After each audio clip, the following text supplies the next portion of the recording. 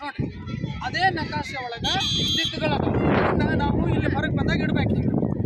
ಹೌದಾ? ಸಮತಟ್ಟಾದಂಥ ಜಾಗಗಳು ಇಟ್ಟಾಗ ಗೊತ್ತಾಗುತ್ತೆ ಉತ್ತರ ದಿಕ್ಕು, ದಕ್ಷಿಣ ದಿಕ್ಕು, ಸರ್ ದಿಕ್ಕು ಸರ್ ಸರ್ ಕರೆಯತ್ತಾರ್ರಿ ನಮ್ಗೆ ಗೊತ್ತಾಗ್ತದೆ. ಸರ್ ಕರೆಯತ್ತಾರ ಪಶ್ಚಿಮಕ್ಕೆ ಏನದಾವ, ಪಶ್ಚಿಮಕ್ಕೆ ಏನದಾವು ನೋಡ್ಕೊ. ಹೌದಾ? ನೋಡಿ, ಒಂದು ಕೊಠಡಿ ಐತಿ, ಎರಡು ಕೊಠಡಿ ಐತಿ, ಮೂರು ಕೊಠಡಿ ಅದಾವು.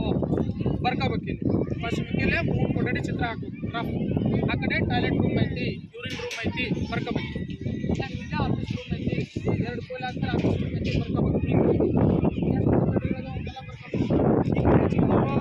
ಯಾವ ದಿಕ್ಕು? ದಕ್ಷಿಣ ದಿಕ್ಕಿನ ಮುಂದೆ ಧ್ವಜಸ್ತಂಭ ಐತಿ, ಅದ್ರ ಹಿಂದೆ ಒಂದು ಸ್ಟೇಜ್ ಐತಿ. ಈ ಕಡೆ ಬಿಸಿಯೂಟದ ಕೊಠಡಿಗಳದವು.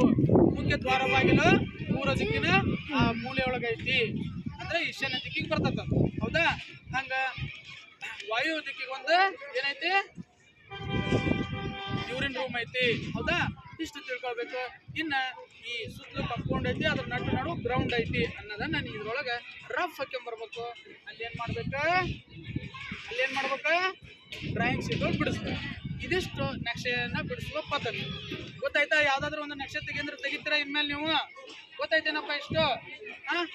ಕ್ಲಿಯರಾ? ಓಕೆನಾ? ಸರಿ. ಹಂಗಂದ್ರೆ ಇಲ್ಲಿವರೆಗೂ ನಾವೇನು ಮಾಡಿದ್ವಿ, ಒಂದು ನಕ್ಷೆಯನ್ನ, ಯಾವುದಾದ್ರೂ ಒಂದು ನಿರ್ದಿಷ್ಟ ಪ್ರದೇಶದ ನಕ್ಷೆಯನ್ನ ಹೆಂಗೆ ತೆಗಿಬೇಕು ಅನ್ನೋದು ನಿಮಗೆ ಗೊತ್ತಾಯ್ತು. ಓಕೆನಾ? Okay, thank you.